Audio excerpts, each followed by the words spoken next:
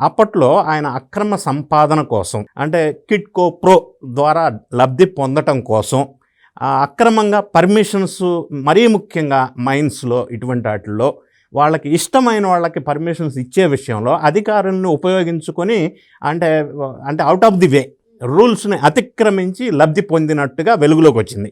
తర్వాత జరిగిన పరిణామాలు చూస్తే రాజకీయ నాయకులు బాగానే ఉన్నారు, ఆ పదవి పోయింది, పార్టీలు మారినాయి, కానీ ఆ అధికారులు జైలు పాలైన సంఘటన ఇప్పటికీ మన కళ్ళ ఎదుట ఉంది.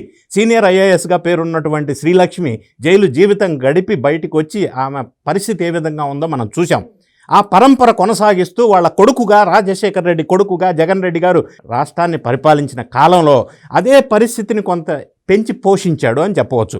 ఇప్పుడు అప్పట్లో పనిచేసిన ఐఏఎస్ ఐపీఎస్ అధికారులు, అది పిఎస్ఆర్ ఆంజనేయులు కావచ్చు, విశాల్ గున్ని కావచ్చు, సునీల్ నాయక్ కావచ్చు, ఇట్లా రకరకాల మంది ఐఏఎస్లు ఐపీఎస్లు జైలు బాట పట్టడం, మరి వాళ్ళు ఇప్పుడు దర్యాప్తు ఎదుర్కోవటం, ఇది ఎంత దారుణమైన వ్యవస్థను విచ్ఛిన్నం చేసే వ్యవహారం అని అంటే ఐఏఎస్ కాస్త వైఏఎస్ అయిపోయింది, ఐపీఎస్ కాస్త వైపీఎస్ అయిపోయింది.